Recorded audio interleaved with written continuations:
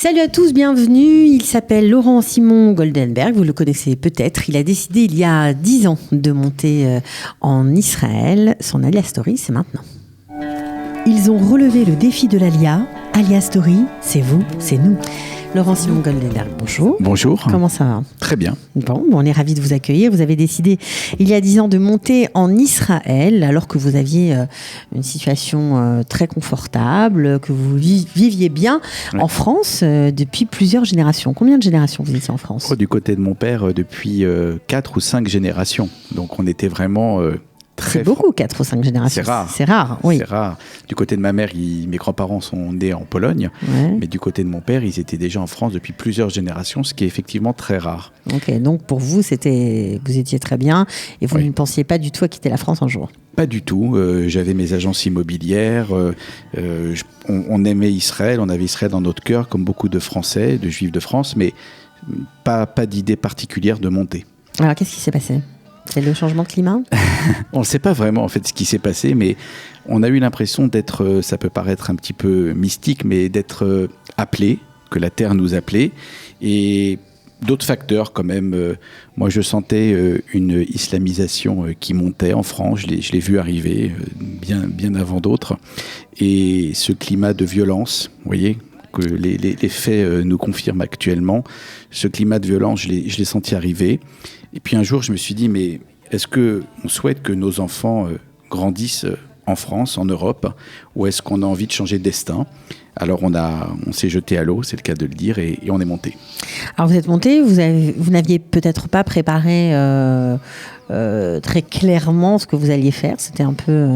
Non, c'est vrai que j'entends beaucoup de gens dire il faut préparer son alia, mais concrètement, on sait bien qu'ici on change de vie, on a beau avoir des plans, les plans, je crois qu'ils sont faits de très haut, et ils nous dépassent, et donc on est monté. C'est vrai que moi j'ai eu la chance de pouvoir garder les premières années, en tout cas, mon activité immobilière en France, ça nous a aidé, bien entendu, financièrement. Mais on est monté, effectivement, on va dire, c'est un peu une folie, hein, de toute façon. Il faut être un peu fou pour monter. Ce que vous avez fait, et je crois même que votre fils vous a précédé, me semble-t-il. Oui, il est monté presque 1 an avant nous, notre fils aîné, parce que scolairement, s'il avait attendu notre montée, il aurait perdu 1 an, il était en seconde à l'époque, et donc on l'a autorisé, et il est parti 1 an avant nous pour intégrer un lycée israélien et passer son bac israélien. D'accord, donc vous pensiez continuer dans l'immobilier, c'était à peu près votre plan, voilà, ce que vous avez un peu fait d'ailleurs. Tout à fait, pas facile, j'imagine, de tout recommencer professionnellement quand on ne parle pas l'hébreu ? C'est très dur parce qu'effectivement... Même s'il y a beaucoup de clients français, il faut bien le dire. C'est vrai, c'est très dur parce que c'est un changement à la fois climatique, géographique, on est au Moyen-Orient, on n'est plus en France. On négocie, on marchande. On marchande, on crie, on hurle et on s'aime. Donc, si on s'aime, tout va bien. Beaucoup de changements. Ouais. Donc pas évident, et beaucoup de changements aussi du côté personnel, parce que lorsque vous arrivez en Israël, votre femme tombe enceinte et patatras, on vous annonce que votre futur enfant risque d'être trisomique. Oui, on était dans un cabinet médical, je me rappellerai toute ma vie, d'un monsieur d'origine russe qui lui faisait une échographie de contrôle, de routine, on va dire, puisque le gynécologue nous avait annoncé que l'échomorpho du 3e mois était parfaite et que l'enfant était très fin. Et donc on s'est retrouvés dans ce cabinet chez ce vieux russe qui nous a demandé si on avait des enfants trisomiques dans la famille. Et on s'est regardé avec ma femme. Bon, elle avait reçu une première alerte avec une prise de sang quand même qui n'était pas très bonne. Mais quand il nous a demandé ça, en fait, il a détecté, ce monsieur, un problème au cœur. Et la moitié des enfants trisomiques naissent avec une malformation cardiaque. Et donc, sa détection était exacte et tout a commencé là, effectivement.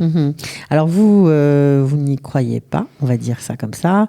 Pas du tout. Parce que c'est très difficile d'avoir un pourcentage exact. On vous parlait de 50% de chance, 80% de chance. Donc vous avez été dans le déni, on va dire, pendant toute la grossesse. On va dire ça. J'étais dans l'espoir. Oui, j'ai été dans le déni. Je me suis dit que, vous savez, j'avais entendu cette phrase que Dieu n'envoyait pas d'épreuves qu'on ne pouvait pas surmonter. Et donc moi je me suis dit mais c'est évident que j'ai pas la capacité, la force d'avoir un enfant trisomique avec une malformation cardiaque.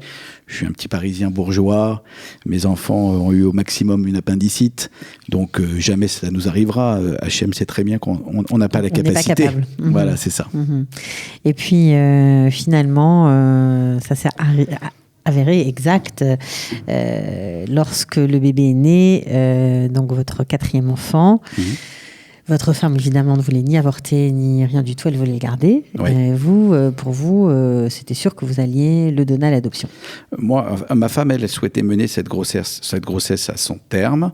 Moi aussi, d'ailleurs, je ne souhaitais pas qu'elle avorte particulièrement.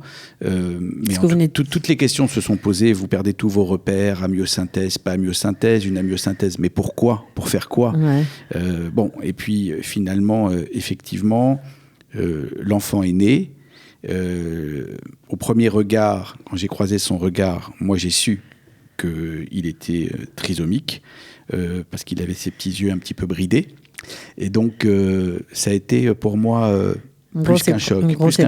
Oui, ça a été un choc parce que soudainement la réalité était là. Il n'y avait plus de probabilité. Il était là et puis la question c'est mais qu'est-ce qu'on va faire maintenant ? Donc vous avez, il y a beaucoup d'associations qui existent en Israël et qui recueillent ces enfants nés trisomiques dont les familles n'ont pas soit ne veulent pas, soit ne peuvent pas les élever. Et donc vous avez eu recours à eux. Vous avez rencontré 2 familles. Moi j'ai lancé un appel étrangement par le biais d'une amie avocate. Je ne sais pas pourquoi je l'ai appelée elle n'était pas du tout dans ce domaine-là, et c'est elle qui finalement m'a adressé deux familles qui étaient prêtes à adopter notre petit. Et une jeune femme qui n'avait jamais eu d'enfant, une 20aine d'années, qui n'arrivait pas à avoir d'enfant et qui est venue pour dire ok, je le prends. Et puis toute la nuit, j'ai pas dormi. Ma femme, elle était à l'hôpital avec le petit, et j'ai rappelé mon amie avocate en lui disant, tu sais, t'as pas quelqu'un d'autre parce que elle est jeune, cette dame. On va lui confier un enfant trisomique qui a une malformation cardiaque. Trouve-moi d'autres gens. Et puis 2 jours après, elle m'a rappelé en larmes en me disant, écoute.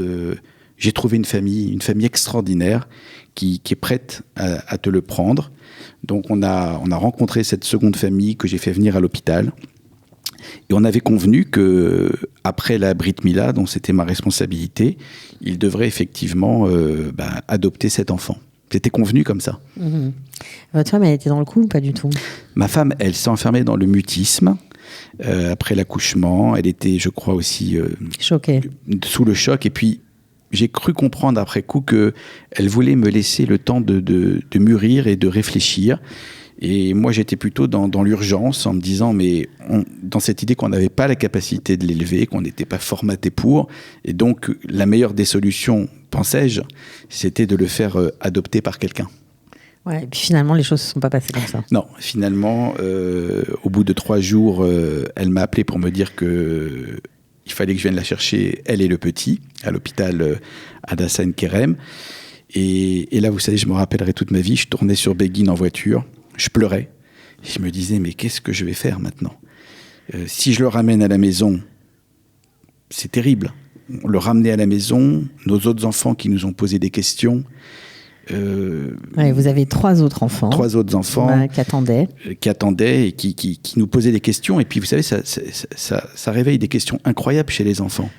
Du style, mais papa, quel est le problème ? Je lui disais à ma fille, mais écoute, il est atteint de la trisomie. Elle me dit, c'est quoi ? Alors, je lui montre des photos et elle me dit, oui, bon. Et elle me dit, alors ? Je lui dis, alors, on ne peut pas l'élever, on ne sait pas faire. Et les enfants vous regardent et vous... avec un air un peu culpabilisant, en disant mais tu dis n'importe quoi. Ouais, et puis c'est très dur parce que le monde s'écroule et en même temps il faut avancer, il faut agir. L'enfant il est là. C'est un être humain, c'est un être vivant, on connaît rien. Alors vous commencez à parler avec des papas d'enfants trisomiques. Alors justement, est-ce que vous avez des soutiens des associations, parce qu'elles sont nombreuses en Israël, qui sont venues vous voir, vous parler Honnêtement, non. On n'a parlé avec personne, à part quelques amis. Moi, j'ai parlé avec des papas d'enfants trisomiques, dont un qui m'a dit une phrase qui m'a marqué, un qui me disait, tu sais, j'ai traversé cette épreuve comme toi, cet enfant trisomique que j'ai, me disait-il, je l'adore, c'est un rayon de soleil à la maison, mais mais ça me parlait pas parce que j'arrivais pas à comprendre. J'arrivais pas à comprendre sur le moment. Très compliqué. Donc finalement, vous le rentrez à la maison. Finalement, il rentre à la maison. Et vous ne le quittez plus. En fait, il y a un Rav qui a fait le forcing pour venir me voir. Je comprenais pas trop pourquoi. Et puis c'est lui qui m'a vraiment aidé. On était assis tous les deux et j'ai une photo de lui avec le bébé d'ailleurs à la maison. Puis il m'a regardé, il m'a dit mais je cherche la mère dans cette histoire. Est-ce que votre femme est d'accord pour le faire adopter? Et là, ça a été pour moi quelque chose de terrible parce que j'ai réalisé que finalement, je lui avais pas demandé son avis. Ouais. Et elle est revenue vers moi et je lui ai dit « Tu serais d'accord pour le garder ?» Et elle a même pas parlé. Il y a eu un regard et j'ai compris qu'en fait, je faisais fausse route depuis le départ. Ouais. C'est-à-dire que oui, c'était son enfant. Elle l'avait porté pendant 8 mois. Elle l'a mis au monde sans péridurale parce qu'on n'a jamais trouvé l'anesthésiste. En plus, à Charette-Sédec, on l'attend toujours. Ouais. Et donc, oui, elle était déjà bien plus loin que moi dans la réflexion. C'est sûr. Donc, vous avez découvert avec votre enfant une autre image, une autre partie de la société israélienne. Où il y a beaucoup d'entraide, beaucoup d'associations, où le handicap n'est pas regardé comme comme une fatalité, mais où il est accompagné. Complètement. C'est vrai qu'on a été ensuite beaucoup entouré, d'une part par l'Institut Chalva, où il a été jusqu'à ses 6 ans. Il a été tout bébé. Qu'est-ce que ça vous a fait, justement, lui qui a passé... vous avez arpenté sûrement les couloirs de cette institution magnifique, Chalva, qui était en lice pour l'Eurovision, de voir tous ces jeunes chanter, que vous avez peut-être connus même. C'est vrai que c'est très émouvant de voir d'abord leur capacité. Parce que moi, ce que j'ai vu, c'est leur capacité. Les petits batteurs. Ouais, leur capacité, leur gaieté, leur énergie. Moi, au début, quand je suis rentré à Chalva les premières fois, j'ai eu du mal. Il faut être franc. Quand je voyais tous ces enfants atteints de trisomie, c'était dur. Et puis petit à petit, on finit par apprendre qui sont ces êtres, leurs qualités. Et puis ça vous ouvre un monde, un regard tellement différent sur le handicap. Comme j'ai dit un jour dans le petit film que j'ai fait à la naissance de mon fils, qu'est-ce que ça veut dire être normal? On dit que ce sont des êtres anormaux ou qui ont mais la normalité, c'est quoi? C'est sûr. Donc vous l'avez accompagné sur ce chemin-là. Vous avez découvert des choses que vous ne connaissiez pas. Ça vous a aidé paradoxalement à vous intégrer?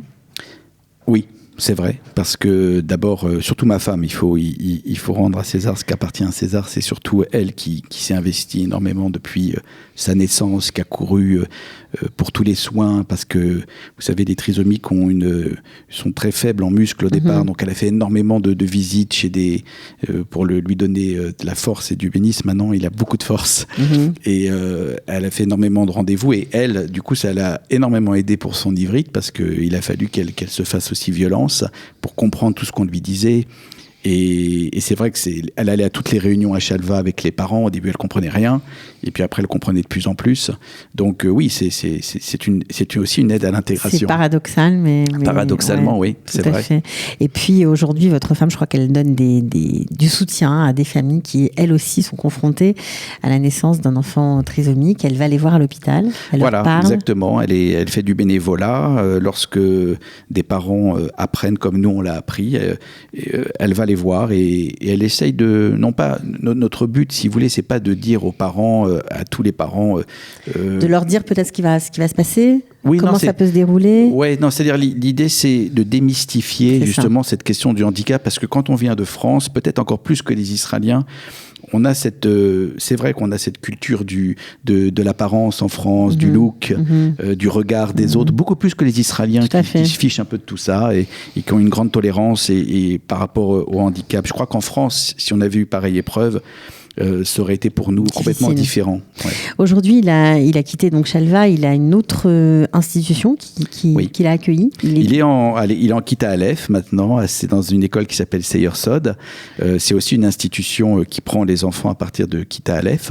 Il est dans jusqu'à 15 ans. Okay. Il est dans une classe avec un certain nombre d'enfants, pas que des trisomiques, toutes sortes de handicaps. Et ils sont formidables aussi parce que... Il y a beaucoup de moyens autour de... Ouais, il y a un suivi incroyable, des orthophonistes, piscine toutes les semaines. Vraiment, ils sont entourés par des gens qui sont professionnels. Mm-hmm. Vous voyez l'avenir comment pour lui aujourd'hui ? Honnêtement, j'allais dire, tout est possible parce que d'abord, il est extrêmement, malin, c'est-à-dire il est très vif. Ouais. Depuis tout petit, j'avais vu le professeur Feuerstein à sa naissance et il l'avait observé. Il m'avait dit il a les stigmates faibles de la trisomie, mais comme le dit ma femme, elle fait des conférences et je crois que s'il y a aussi un point sur lequel elle a raison, elle dit que si les parents sont confiants et pensent que l'enfant va y arriver, alors tout est possible. Mmh. C'est surtout ça. Il ne faut surtout pas penser que nous, honnêtement, à la maison, on ne pense pas une seconde qu'on a, un enfant handicapé. Qu'il est différent des autres, voilà. De vos autres enfants. On y va. Il est il avance. Alors bien sûr que les rythmes sont différents, bien sûr que les acquisitions sont différentes, mais nous, dans notre manière de vivre, il est pris dans notre train. Mmh. On va dire ça. Et il avance et il se fait comprendre. Hein. Ok. Bon, en tout cas, je trouve que c'était vraiment touchant d'entendre ce témoignage. Ça donnera peut-être de la force à d'autres qui sont confrontés à la même situation, qui ne savent pas toujours comment réagir. C'était très très touchant, voilà, de votre part de vous être livré comme ça, d'avoir parlé de ce sujet qui est important aussi, qui touche plein de gens dans la société israélienne. Vous n'êtes pas tout seul, voilà. Merci beaucoup. On peut vous contacter si on a envie. Alors oui, ils verront surtout mon épouse Sophie Goldenberg ou moi-même et sur Facebook. Sur Facebook et on se fera une joie de pouvoir rencontrer tous ceux qui traversent ce type d'épreuve. Ok, d'accord. Merci beaucoup Laurent Simon Goldenberg. À bientôt. À bientôt. Ciao. Ils ont relevé le défi de l'ALIA. ALIA Story, c'est vous, c'est nous.